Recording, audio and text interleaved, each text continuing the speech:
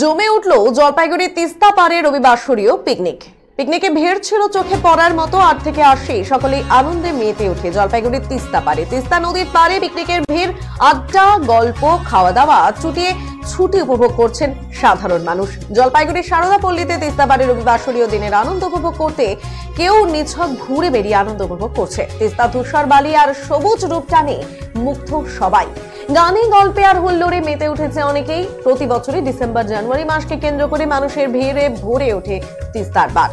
ব্যতিক্রমী এই বছরও নয়, বেলা বাড়ার সঙ্গে সঙ্গেই বেড়াতে আসা মানুষের ভিড়ে ভরে ওঠে জুবলি পার্ক সংলগ্ন তিস্তা নদী পাড়।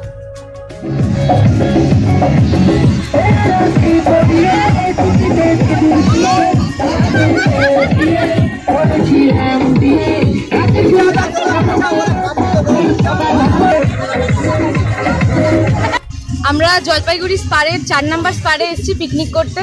আমরা এখানে সবাই কর্মরতা, আমাদের জলপাইগুড়ি মিউনিসিপ্যালিটির SWM ডিপার্টমেন্টে আমরা সবাই আছি।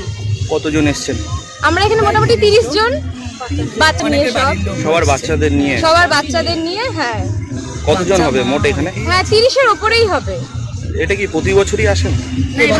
আমাদের এটা প্রথম অফিস থেকে আমাদের এটা প্রথম। খুব মজা হচ্ছে এবং পরিবেশ ভীষণ ভালো।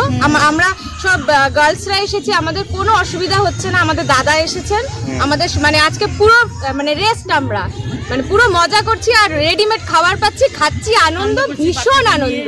আমরা এই তিস্তা পাড়ের সবাই মিলে, আমরা SWM এর যে সবাই আমরা কর্মরতা, তারা সবাই মিলে আজকে পিকনিক করতে এসেছি।